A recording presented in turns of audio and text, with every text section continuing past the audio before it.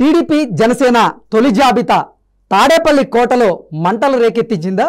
అందులో భాగంగానే వైసీపీ నాయకులు హాహాకారాలు చేస్తున్నారా అంటే అవుననే సమాధానం ఇస్తున్నారు కొంతమంది రాజకీయ విశ్లేషకులు.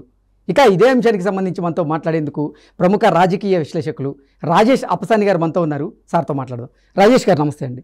సార్ రాజేష్ గారు, టీడీపీ జనసేన తొలి జాబితా తాడేపల్లి కోటలో మంటలు రేపుతోందా?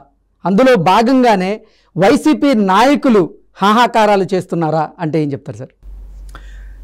వైసీపీ పార్టీ జగన్మోహన్ రెడ్డి గారు గత 7 దఫాలుగా రిలీజ్ చేసిన అభ్యర్థుల లిస్టు ప్రాతిపదికగా ఆ పార్టీలో సృష్టించుకున్న సంక్షోభ నేపథ్యంలో వాళ్ళకేంటంటే వాళ్ళ సంక్షోభం ప్రజల మధ్య నుంచి చెరిగిపోవాలి అని అంటే వాళ్ళు పార్టీలో చెలరేగుతున్న అసంతృప్తి, ఆ పార్టీ నుంచి బయటకు వెళ్ళిపోతున్న ఎమ్మెల్యేలు, ఎంపీలు, వీటికన్నా కూడా చర్చ ఇప్పుడు ప్రధానంగా కేంద్రీకృతం అవ్వాలి అని అంటే కనుక తెలుగుదేశం జనసేన ఈరోజు రిలీజ్ చేసిన లిస్టుల మీద కొంత అలజడి సృష్టించాలని చెప్పని రకరకాల ప్రయత్నాలు చేస్తున్నారు.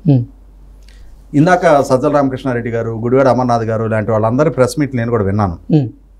వాళ్ళు మీరు చెప్పినట్టుగానే ఈ లిస్టు రిలీజ్ అయిన తర్వాత ఏదో ఒక రకంగా పవన్ కళ్యాణ్ గారి క్రెడిబిలిటీ తగ్గించాలి, ఆ తగ్గీయటం ద్వారా ఆ పార్టీలో కొంత అన్రెస్ట్ క్రియేట్ చేయాలని చెప్పని వైసీపీ పార్టీ మొదటి నుంచి ఏ విధానాన్ని ఎంచుకుందో అదే విధానాన్ని కొనసాగింపు ఈరోజు కూడా ఎప్పుడైతే ఈరోజు 99 మంది అభ్యర్థుల ఖరారుకు సంబంధించి ప్రకటన వచ్చిందో ఇమ్మీడియట్గా పవన్ కళ్యాణ్ గారు కులం మొత్తాన్ని, పార్టీ మొత్తాన్ని తీసుకెళ్ళి చంద్రబాబు నాయుడు గారికి, తెలుగుదేశం పార్టీకి తాకట్టు పెట్టేశాడు. ఆయన ఈరోజు ప్రకటించిన అభ్యర్థుల లిస్టులో ఆయన పేరు కూడా లేదు. మరి ఇప్పుడు దాకా ప్రకటించిన అభ్యర్థుల లిస్టులో జగన్మోహన్ రెడ్డి గారి పేరుందా? మరి సజ్జల రామకృష్ణారెడ్డి గారు అది కూడా చెప్పాలిగా.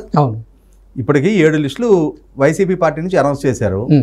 ఆ లిస్టులో జగన్మోహన్ రెడ్డి గారి పేరు ఉందా ఇప్పటికి? మరి దానికి వివరణ ఎవరే? అంటే మనల్ని వదిలేసి పక్కాళ్ళని లెక్కేసుకోమంటే ఎట్లా? ఇవాళ నాయకుడిగా పవన్ కళ్యాణ్ గారు 24 మంది మేము పోటీ చేస్తున్నామని చెప్పారు. చాలా ధైర్యం కావాలా ప్రకటన చేయడానికి. మేము ఇంతకే పరిమితం అవుతున్నాం, మా లక్ష్యం జగన్మోహన్ రెడ్డిని ఓడించడం, ఎన్ని స్థానాల్లో పోటీ చేశామనేది కాదు, ఈ కూటమి విజయం సఫలీకృతం అవ్వటం కోసం మేము కొన్ని పరిమితులు విధించుకొని మేము సహకరిస్తున్నామని చెప్పారు ఆయన. మీరేం చేస్తున్నారు? మీ పార్టీలో 22 పార్లమెంటు సభ్యులు గెలిస్తే ఇప్పటికి ఎంతమంది బయటికి వెళ్ళిపోయారు? అసలు ఎంతమందిని మళ్ళీ తిరిగి పోటీ చేయించడానికి సిద్ధపడుతున్నారు మీరు? ఇవాళ మీ పార్టీ నుంచి నెగ్గిన 22 పార్లమెంటు సభ్యుల్లో మొట్టమొదటిగా మీరు విధాన నిర్ణయం తీసుకుని ఇద్దరినే కొనసాగించాలని, తర్వాత ఎప్పుడైతే చిత్తూరు, తిరుపతి పార్లమెంట్ అభ్యర్థులకు సంబంధించి అక్కడ అశాంతి చెలరేగిందో మళ్ళీ తిరిగి వాళ్ళనే కొనసాగించడానికి సిద్ధపడ్డారు. ఇంకా అంతకు మించి ఏ పార్లమెంట్ మెంబర్ మీరు కొనసాగిస్తున్నారు? ఇవాళ మీ పార్టీ నుంచి బాలశౌరి గారు, రఘురామకృష్ణరాజు గారు, లావు కృష్ణదేవరాయలు గారు, సంజీవ్ కుమార్ గారు లాంటి పార్లమెంట్ సభ్యులు రాజీనామా చేసి బయటకు వెళ్ళిపోయారు. ఇవాళ మొట్టమొదటి దానికి వివరణ ఇవ్వండి మీరు. ఇవాళ ఎంతసేపటికి ఏంటంటే తెలుగుదేశం పార్టీ, జనసేన కూటమి ప్రకటించిన లిస్టుల వల్ల చాలా నియోజకవర్గాల్లో అసమ్మతి చెలరేగుతుంది. ఈ అభ్యర్థిత్వాల నిరాకరణ వల్ల కొంతమంది అసమ్మతి వ్యక్తం చేస్తున్నారు. డెఫినెట్గా ఉంటుంది, అసమ్మతి అనేది ఉంటుంది. ఇవాళ ఒక నియోజకవర్గం మీద ఎమ్మెల్యేగా పోటీ చేయాలని చెప్పని ఆశలు పెట్టుకొని పార్టీలో పనిచేసిన తర్వాత వారు కాకుండా వారిని పరిగణన తీసుకోకుండా ఇంకొకరిని ఖరారు చేసినప్పుడు డెఫినెట్గా కొంత అసంతృప్తి ఉంటుంది. వాళ్ళ శ్రేణుల్లో కొద్ది అశాంతి చెలరగటం ఖాయం. వాటిని ఇంటర్నల్గా సర్దుబాటు చేసుకుంటారు. ఇవాళ పార్టీ, ప్రజలు, శ్రేణుల ప్రధాన లక్ష్యం జగన్మోహన్ రెడ్డి గారిని ఓడించడం. ఇవాళ జగన్మోహన్ రెడ్డి గారు సృష్టిస్తున్న సంక్షోభం నుంచి ఈ రాష్ట్రాన్ని, ప్రజల్ని కాపాడాలి అని అంటే ఆయన్ని ఓడిస్తే తప్పితే మార్గం లేదని చెప్పని ఆలోచిస్తున్నారు తప్ప ఇవాళ నాకు ఎమ్మెల్యే దక్కిందా లేదా, మా నాయకుడికి ఎమ్మెల్యే దక్కిందా లేదా అనేది వాళ్ళ ప్రధాన లక్ష్యంగా పార్టీలో లేదు, ప్రజల్లో కూడా లేదు.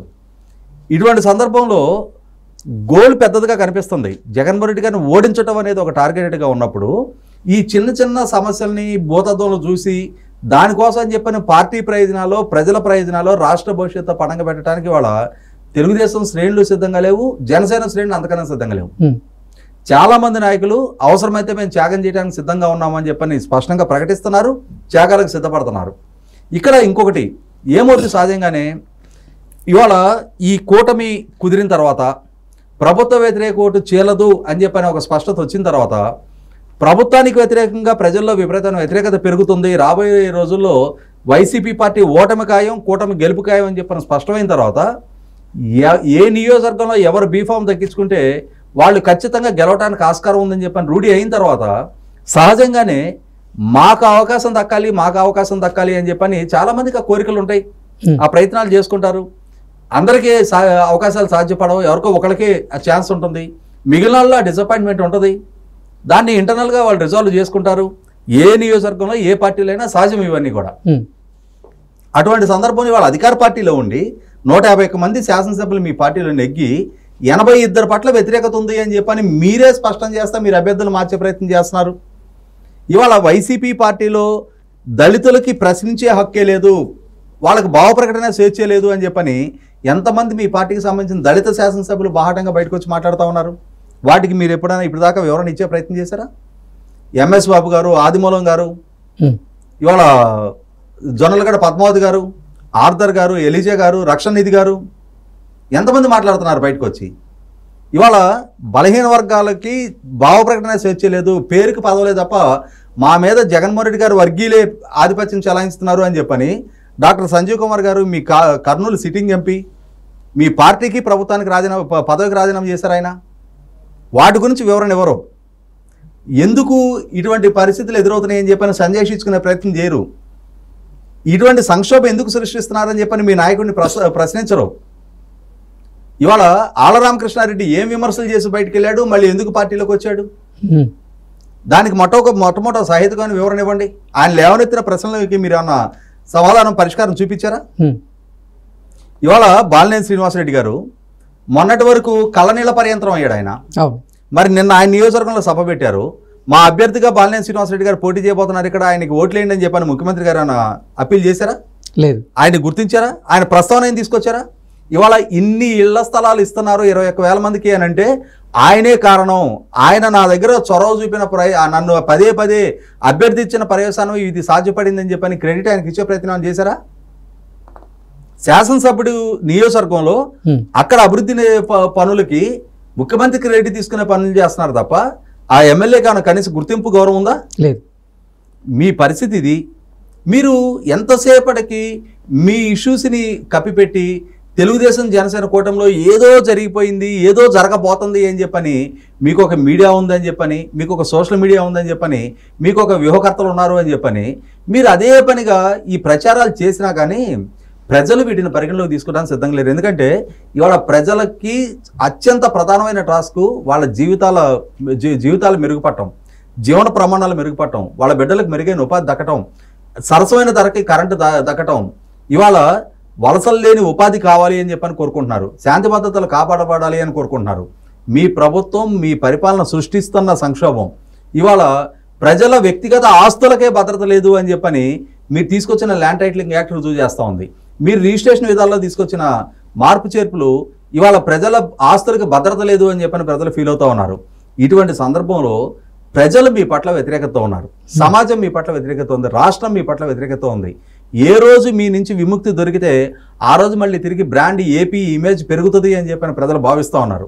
ఇటువంటి సందర్భంలో ఈ టికెట్ల కేటాయింపుల దగ్గర చెలరేగే చిన్న అసంతృప్తులు ప్రాతిపదికగా రేపటి రోజున మీకేదో అడ్వాంటేజ్ దొరుకుతుంది అని చెప్పని మీరు భావించినా 100% దొరకదు. కాబట్టే ఇవాళ ఈ ప్రకటించిన లిస్టులు, ఆ అభ్యర్థుల ఖరారు ఖచ్చితంగా రేపటి రోజున మీకు ప్రతికూలంగా ప్రతిబంధకంగా మారబోతున్నాయి. కాబట్టి మీరు ఈ రకంగా హాహాకారాలు చేస్తూ ఇవాళ మీడియాకి ఎక్కుతూ ఉన్నారు. 100% ఈ సైన్యంతో మీ మీదకి యుద్ధానికి సిద్ధం అవుతున్నారు ప్రతిపక్షాలు. ఇరు ప్రధాన పక్షాలు కూడా ఆ యుద్ధానికి సన్నద్ధమైన నేపథ్యంలోనే ఇవాళ మీ వైపు నుంచి ఆర్తనాదాలు అందామా, హాహాకారాలు అందామా, ఆక్రందనలు అందామా, ఏమన్నా సరే ఖచ్చితంగా మీ ఓటమి ఖరారైందనేది వాస్తవం.